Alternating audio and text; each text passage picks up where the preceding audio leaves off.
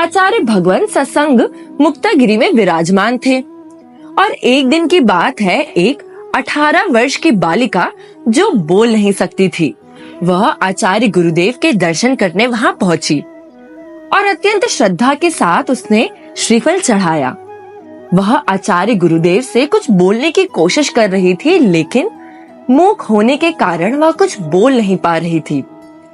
तभी गुरुदेव की करुणा भरी दृष्टि उस बालिका पर पड़ी और गुरुदेव ने उसे संकेत दिया कि पर्वत पर बने जिन मंदिरों की वंदना करने जाओ।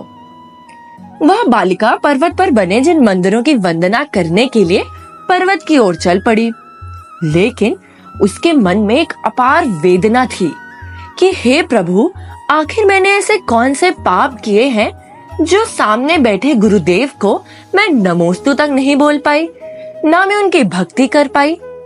मैं संसार में किसी से कुछ भी नहीं बोलना चाहती, बस एक बार जगत गुरु आचार्य भगवान से नमोस्तु बोल सकूं, यही प्रार्थना है प्रभु मेरी। यूं ही उत्तम भावों से भरकर उसने पर्वत पर स्थित जिन मंदिरों की वंदना की। अब पर्वत से उतरकर ज्यों ही वो गुरुदेव के चरणों में पहुंची, उसकी आंखों से आंसू और बहने लगे और रुकने का नाम ही नहीं ले रहे थे। गुरुदेव ने उस बालिका के गिरते हुए आंसुओं की कहानी समझ ली और स्नेह से उसे आशीर्वाद दिया। जैसे ही गुरुदेव का आशीर्वाद उस बालिका को प्राप्त हुआ, वैसे ही उसके अवरुद्ध कंठ से वचन प्रभावित हो गए, जैसे गिरी से फूट गया हो कोई झरना। 18 वर्षों के बाद आज पहली बार एक अद्भुत चमत्कार हुआ।